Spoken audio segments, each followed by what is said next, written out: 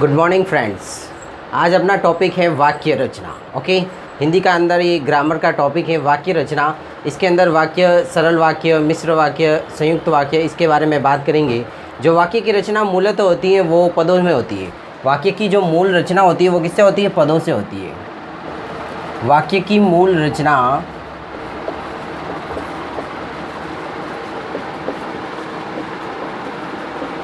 पदों से होती है।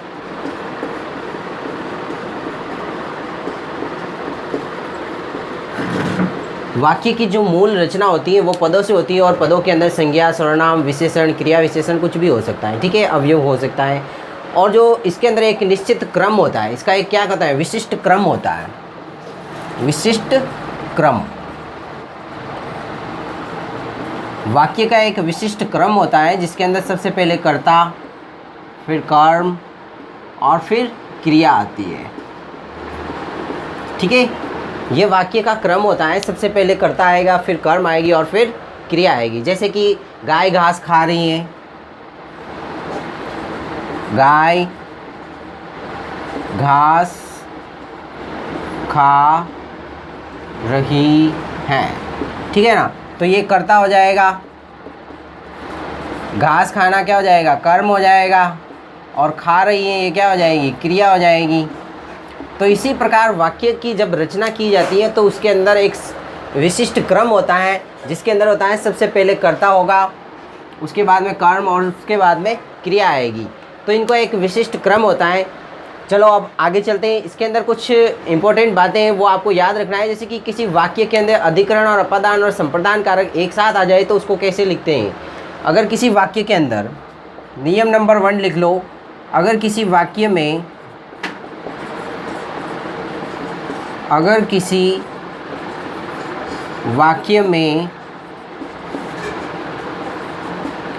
अधिकरण, संप्रदान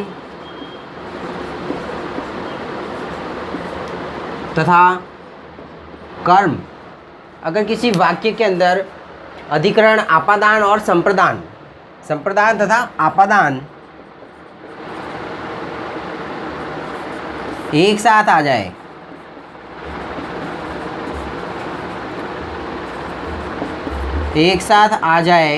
तो एक साथ आने पर उसको किस क्रम में लिखेंगे? निम्न क्रम में लिखेंगे। तो उसको निम्न क्रम में लिखना है, लिखना। ठीक है, कैसे लिखेंगे? तो सबसे पहले लिखेंगे जो कर्ता होगा वो अधिकरण के साथ आएगा। जो कर्ता होगा, कर्ता के अंदर अधिकरण विभक्ति लगेगी। कर्ता में कौन सी विभक्ति लगेगी? अधिकरण। और फिर आपादान के अंदर, कर्ता के अंदर अधिकरण, फिर आपादान, संप्रदान, करण, कर्म। आपादान, उसके बाद में संप्रदान और फिर कर्म, करण।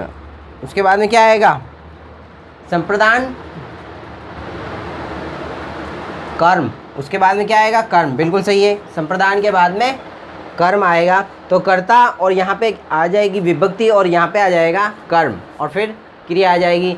जैसे कि मैं विद्यालय में घर से पढ़ने के लिए साइकिल से जाता हूँ। जैसे कि मैं विद्यालय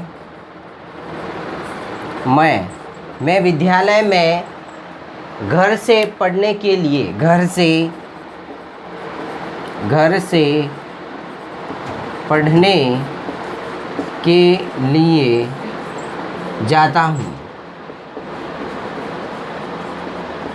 ओके, मैं विद्यालय में घर से पढ़ने के लिए जाता हूँ। मैं विद्यालय में घर से पढ़ने के लिए साइकिल से जाता हूँ या पढ़ने के लिए जाता हूँ। तो क्या हो जाएगा? ये देखो, विद्यालय में यहाँ पे हो जाएगा ये अधिकरण, घर से पढ़ने के लिए, घर से, आपादान से अलग, घर से पढ़ने के लिए संप्रदान। तो ये हो जाएगा संप्रदान और फिर कर्म आ जाएगा। यहाँ पे कर्म ले सकते हैं अपन।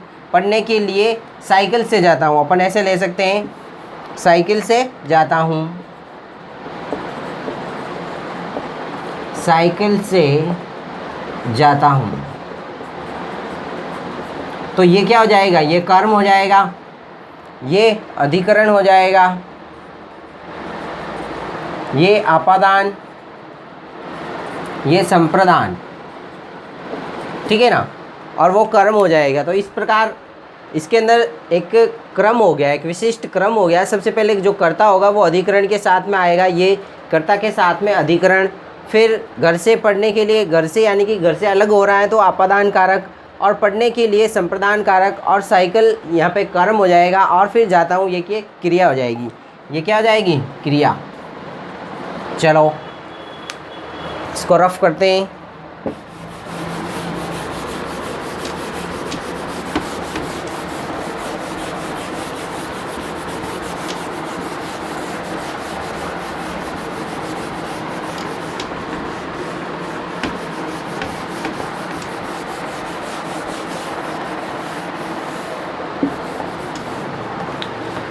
चलो अपन बात करते हैं रचना के आधार पर वाक्य 3 प्रकार के हैं।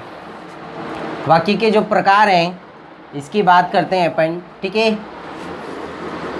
रचना के आधार पर 3 प्रकार, रचना के आधार पर जो वाक्य हैं वो 3 प्रकार के हैं। सबसे पहले साधारण वाक्य,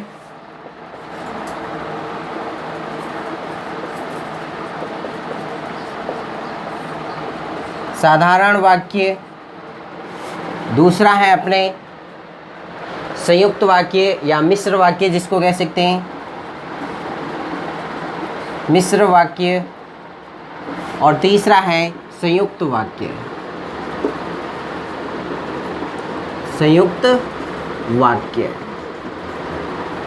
ठीक है। ये 2 नंबर साधारण वाक्य को अपन क्या कह सकते हैं, ठीक है। साधारण, मिश्र और संयुक्त वाक्य 3 वाक्य हैं। तो सबसे पहले साधारण या सरल वाक्य, इसको अपन सरल वाक्य भी बोलते हैं कई बार, सरल वाक्य, ठीक है। सरल वाक्य जो होता है एकदम सिंपल होता है। इस वाक्य के अंदर कर्ता, उद्देश्य होता है और एक ही क्रिया होती है और एक ही विधेय होता है, ठीक है। वाक्य में एक कर्ता और एक क्रिया हो उसे क्या कहेंगे? साधारण वाक्य। एक कर्ता और एक क्रिया होगी इसके अंदर, एक कर्ता और एक ही क्रिया होगी इसके अंदर, तो इसको क्या कहेंगे? साधारण या सरल वाक्य कहेंगे अपन इसको। जैसे कि नीता खाना बनाती है, नीता खाना बना रही है, नीता खाना बना रही है, कर्ता, कर्म और क्रिया। तो ये एक सरल वाक्य है या साधारण वाक्य कह सकते हैं अपन, ठीक है। दूसरा है मिश्र वाक्य। मिश्र वाक्य या मिश्रित वाक्य भी कहते हैं इसको। इस वाक्य के अंदर क्या होता है? एक प्रधान उपवाक्य होता है। इसके अंदर क्या होता है? एक प्रधान उपवाक्य, एक प्रधान उपवाक्य। इसके अंदर होता है एक तो प्रधान उपवाक्य होता है तथा एक से अधिक आश्रित उपवाक्य होते हैं, तथा एक से अधिक आश्रित उपवाक्य होते हैं, तथा एक से अधिक आश्रित उपवाक्य होते हैं, आश्रित उपवाक्य होते हैं। इसके अंदर क्या होता है? मिश्र वाक्य के अंदर होता है एक तो प्रधान वाक्य होता है तथा एक से अधिक आश्रित उपवाक्य होते हैं, वो उसके ऊपर डिपेंडेंट होते हैं, ठीक है। तो इसको अपन क्या कहेंगे? मिश्र वाक्य या मिश्रित वाक्य। जैसे कि गांधी जी ने कहा कि सदा सत्य बोलो, गांधी जी ने कहा कि, गांधी जी ने कहा कि सदा सत्य बोलो।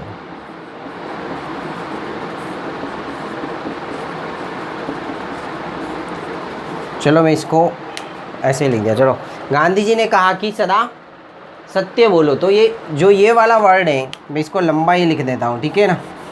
गांधी जी ने कहा कि सदा सत्य बोलो। तो ये जो वर्ड है गांधी जी ने कहा कि, गांधी जी ने कहा, ठीक है ना, गांधी जी ने कहा, तो ये क्या हो जाएगा? प्रधान उपवाक्य। इसको क्या बोलेंगे? प्रधान उपवाक्य। प्रधान उपवाक्य। और ये क्या हो जाएगा? आश्रित उपवाक्य। इसको क्या कहेंगे? आश्रित उपवाक्य कहेंगे इसको, आश्रित उपवाक्य। ठीक है। गांधी जी ने कहा, ये तो प्रधान वाक्य है, जो गांधी जी कहते हैं ये प्रधान वाक्य है कि सदा सत्य बोलो, ये आश्रित उपवाक्य हैं, तो इसके ऊपर डिपेंड है ना।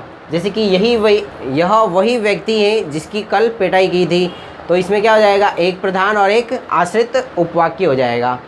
अब देखो इसके अंदर मिश्र वाक्य हैं, इसके अंदर भी 3 प्रकार के हैं। मिश्र वाक्य जो हैं ये 3 प्रकार के हैं। पहले ये लिख लो, फिर अपन बात करते हैं मिश्र वाक्य की।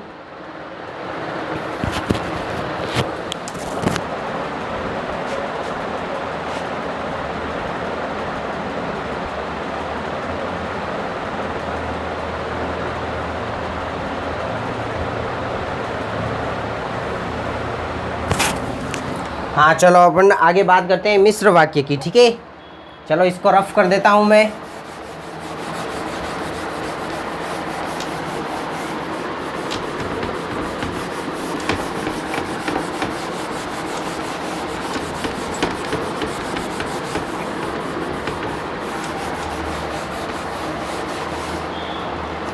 वाक्य 3 प्रकार के हो गए, सरल वाक्य, संयुक्त वाक्य और मिश्र वाक्य। सबसे पहले अपन बात करते हैं मिश्र वाक्य की। ठीक है, मिश्र वाक्य, मिश्र वाक्य। जो ये मिश्र वाक्य होता है ये 3 प्रकार का होता है। ये मिश्र वाक्य कितने प्रकार का होता है? 3 प्रकार का।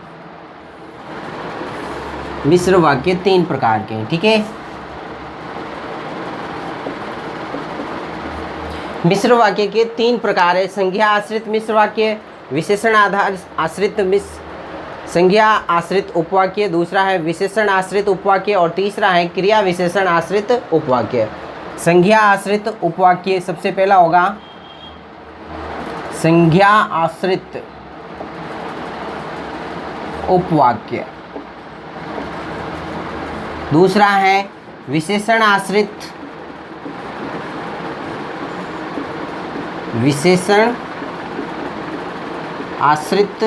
उपवाक्य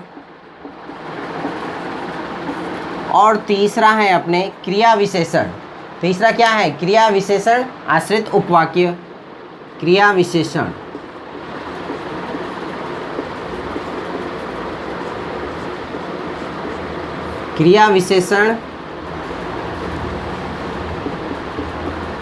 आश्रित उपवाक्य।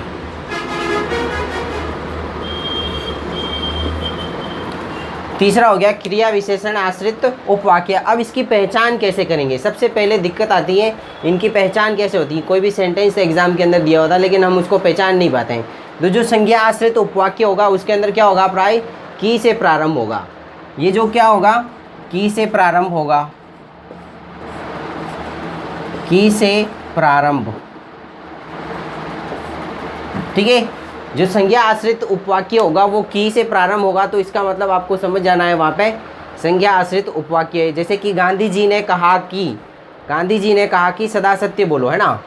देखो इसका एग्जाम्पल, गांधी जी ने कहा कि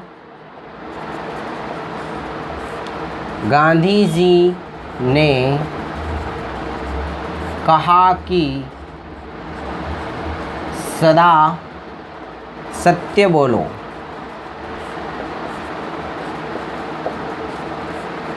तो ये की आ गया, इसका मतलब क्या हो गया? ये संज्ञा आश्रित उपवाक्य, जिसके अंदर की आता है, की के द्वारा उस वाक्य को जोड़ा जाता है, तो इसका मतलब वहाँ पे संज्ञा आश्रित उपवाक्य।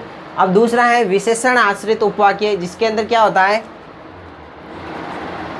जो विशेषण आश्रित उपवाक्य है इसके अंदर जो, जिसका, जिसकी, जिसके आदि प्रारंभ होते हैं। इसके अंदर जो, जिसका, जिसकी, जो,